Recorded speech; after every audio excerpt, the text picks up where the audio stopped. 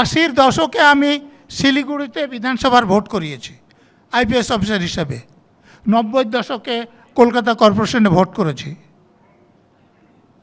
আমাকে কমিশন বদলি করেনি, কিন্তু আমি তো সুষ্ঠুভাবে ভোট করাতে পেরেছি। কিন্তু গুন্ডা বদমাশরা ভোট লুট করতে পারেনি। এই অপরাধে বামপন্থের আমলের শেষ দিকে এবং তৃণমূলের জামানার পুরো অংশে কোনো দিন আমাকে আর ভোটের ডিউটি দেওয়া হয়নি।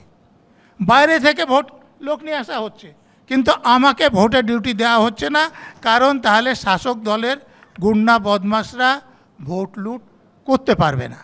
তাহলে কী করে বন্ধ হবে? আর আপনারা জানেন, এখানে জহরবাবু সরকারি চাকরি করেছেন, পুলিশ তো বটেই।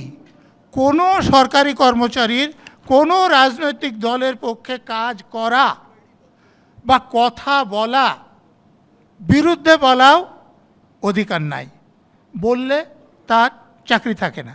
কিন্তু আপনারা কি দেখেননি যে এই রাজ্যের ডিসি এসপি লেভেলের পুলিশ অফিসার প্রকাশ্য সভায় একটা রাজনৈতিক দলকে ক্ষমতায় রাখার আবেদন করার পর বহাল তবিয়তে চাকরি করছেন? আপনারা দেখেননি যে অবসর নিয়ে শুধু নয়, চাকরি করতে করতে ইউনিফর্ম পরে তারা রাজনীতি করছেন? তো এই যে রাজনীতি করা লোকেরা কি নিরপেক্ষভাবে কাজ করতে পারবেন?